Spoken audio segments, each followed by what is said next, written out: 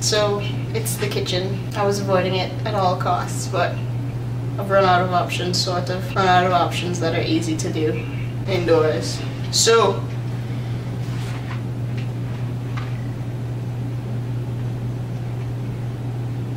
I don't know if this is in focus, but it's macaroni and cheese.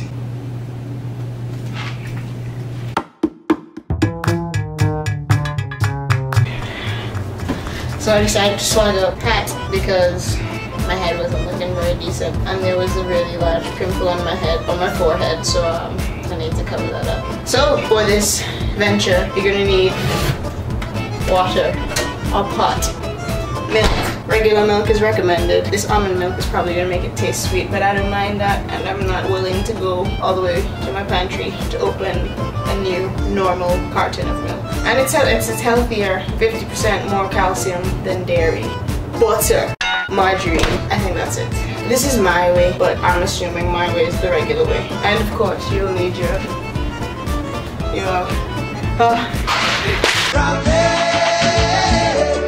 macaroni and cheese. So you start with your pot and your water. And I don't know how much you need. Guesstimation. You have to have confidence in yourself. And I would say that's about enough. If I was gonna guess, that was like 2.5 cups. And I'm pretty good at guessing. So you do that, and you start your heat, because you want the water to boil before you get going. But before you start your heat, you're probably gonna want to move all the dairy from that.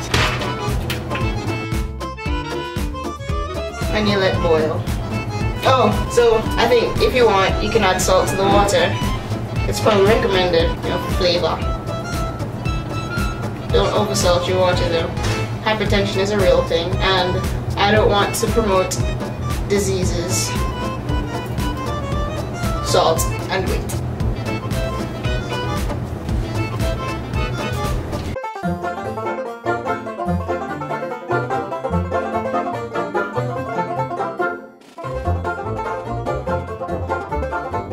So the water is boiling. Bubbles. Now we're gonna add the macaroni. I don't have the nails for this on one hand.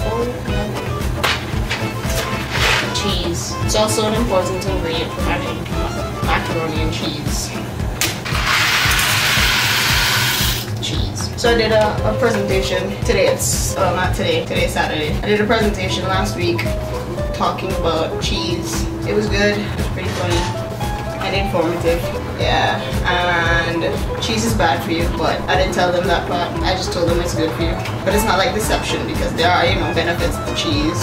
Dairy is bad, so I would drink soy milk or almond milk or coconut milk, because it's not from a cow. I don't know, they always give you too much cheese in the packets. You let that boil for till soft, maybe like 10 minutes, yeah, or longer. It's actually less time on here, but it's so hot. Turn this down. Just boiling effect. I should stir it a little. Sometime during your macaroni boiling thing, I want to stir it just a little so it clump together. So stir. On the back of this box is something so lame, it's ridiculous. So look at that picture. Look at it. Does that make you want to eat macaroni and cheese? I don't think so. It looks like a lot of death to me. I would read what they have on the back, but it's really long. In a sense, they're telling you, no fear, macaroni and cheese is here. Oh, ooh, sure. I guess I'll just turn it down for real. It's almost finished. So, in preparation for the next step, what you want to do is get your colander. If you happen to not know what a colander is, I will show you. Magic. Yay! The boiling is done. So you're going to take your macaroni and drain it in your colander. Using a colander, you usually lose a few soldiers, but it's just a sacrifice. So next, you're gonna add your butter, your margarine. The amount is up to you. Once you've added that, you can give it a good stir. Next, you're gonna add your milk. I don't know how much again. Don't let the man bring you down. It's always your discretion. You don't need to follow the rules all the time. A little rebellion is never bad, unless it gets out of hand, like if you pour in too much milk. So don't pour in too much milk. It actually smells really nice because it's almond milk and it's sweet. Final stage is your cheese. This packet of cheese is awful. I don't think you need all. If you want all, it's your personal decision. It's a lot of cheese. That's can't be good for you.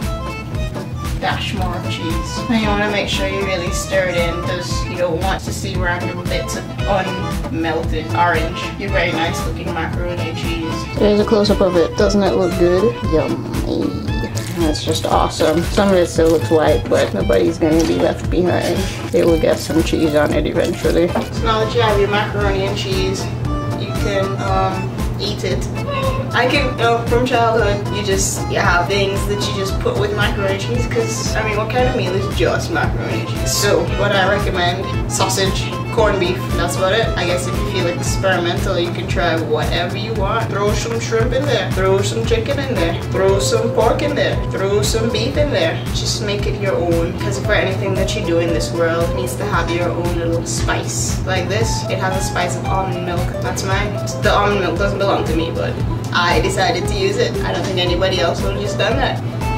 There is a good chance that a lot of people would have done that, but you get it. So, as usual, like, comment, subscribe. Yummy. You want my orange juice? You're the one black. No.